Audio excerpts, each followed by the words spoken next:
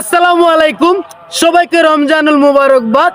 স্ক্রিনে যে ছবিটি দেখতেছেন আপনারা লক্ষ্য করেন, প্লিজ ভাই প্লিজ ভিডিওটি দেখা দিবেন না। এই শিশু বাচ্চাটি কত সুন্দর মরণের কথা বলতেছে, আশা করি সবার ভালো লাগবে। আমরা কেউ দিনের পথে আসি না, দিনের কথা ভাবি না, একটু ভাবেন ভাই, দেখেন সে কত সুন্দর করে কথা বলতেছে।